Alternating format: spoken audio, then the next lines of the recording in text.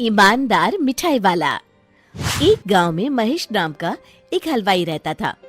उसकी दुकान दूर दूर तक मशहूर थी। आसपास के सभी गांव वाले महेश की दुकान से ही मिठाई लेते थे। भाई मजा आ गया, क्या लजीज रबड़ी है। ये लड्डू भी लीजिए, शुद्ध देसी घी के हैं, आज ही बनकर आए हैं। लाओ भाई लाओ, 1 किलो लड्डू भी पैक कर दो। महेश का एक बेटा था रवि। रवि ने पढ़ाई छोड़ दी थी और वो दिन भर घर में ही बैठा रहता था। उठ बेटा रवि, आज मेरे साथ दुकान पर चल। मैं वहाँ क्या करूँगा पापा? अरे दुकानदारी सीख बेटा, आगे चलकर ये सब तुझे ही तो संभालना है। मुझे ये सब कुछ नहीं संभालना। मैं वीडियो गेम खेलूंगा, फिर दोस्तों के साथ बाहर जाऊंगा। हे भगवान, इसे थोड़ी अक्ल दे दो। ऐसे ही चलता रहा तो आगे न जाने इसका क्या होगा। महेश बड़बड़ाता हुआ दुकान चला जाता है। दुकान पर ओ घसीटाराम, मुझे थोड़े चक्कर आ रहे हैं, जरा पानी तो लाना।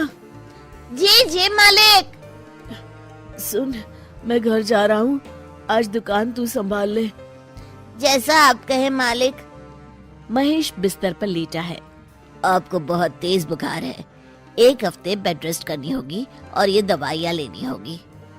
हाय राम, ये क्या हो गया आपको? मैं तो 1 हफ्ते में ठीक हो जाऊंगा, पर दुकान कौन संभालेगा? आप फिक्र ना कीजिए जी, मैं रवि को समझाकर दुकान भेज दूंगी। आप बस जल्दी से अच्छे हो जाइए जी। अगले दिन रवि दुकान पर पहुंचता है। आइए आइए मालिक, मैं आप ही का इंतजार कर रहा था। क्यों? ये मेरी दुकान है, मैं जब जी चाहे आऊं। तुम लोग सुबह से आकर काम पर लग जाया करो, समझे? जी जी जी मालिक, दरअसल लड्डू बनाने हैं तो घी लेने जाना है, 5,000 रुपए दे दीजिए। 5,000? तुम्हारा दिमाग तो ठीक है? इतने महंगे लड्डू बनाएंगे तो मुनाफा क्या होगा? पर देसी घी भी तो बहुत महंगा है ना मालिक। क्या जरूरत है देसी घी की? डालडा ले आओ। पर मालिक।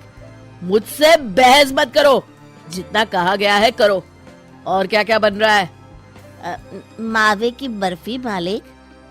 मावा मावा मावा, हाँ। तभी उसकी नजर एक डब्बे पर पड़ती है। ये क्या है? ये रवा है मालिक। एक काम करो, हर 1 किलो मावा में 200 ग्राम रवा मिला दो। पर बर्फी का स्वाद बिगड़ जाएगा मालिक। जितना कहा है करो, अब जाओ यहाँ से। अगले दिन। क्या बात है रवि बाबू, आपके पापा दिखाई नहीं दे रहे? अब उनकी तबीयत खराब है। अच्छा भाई अच्छा, बस उन्हें ये बताना था कि वो आज आए नहीं तो उनकी मिठाई बड़ी बेस्वाद लग रही है। लेना है तो लो, वरना चलते बनो। अरे अरे अरे, ये कोई तरीका है ग्राहक से बात करने का? चलो भाई चलो, यहाँ से चलो। अगले दिन। भैया, कल जो मैं लड्डू ले गया था उनका स्वाद बड़ा बेकार लगा। महेश बाबू का नाम सुनकर बड़ी दूर से आया था। 200 रुपए में इससे अच्छा और क्या मिलेगा? सुबह सुबह मनहूस बातें मत करो। कुछ लेना है तो लो, वरना फूटो यहाँ से।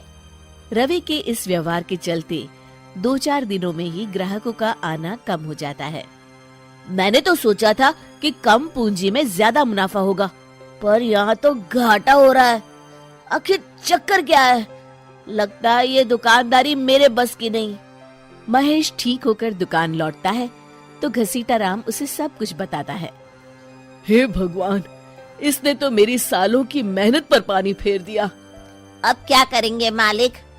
कुछ नहीं, सबसे पहले तुम पहले की तरह शुद्ध और अच्छी मिठाइयाँ बनाओ और मुझे गांव के उन सब लोगों के नाम बताओ जिनसे रवि ने बदतमीजी की।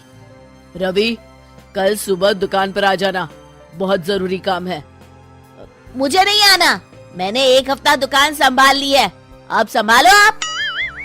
दुकान तो तूने जैसे तैसे संभाल ली, पर सीखा कुछ नहीं। कल तुझे बहुत जरूरी सीख देनी है।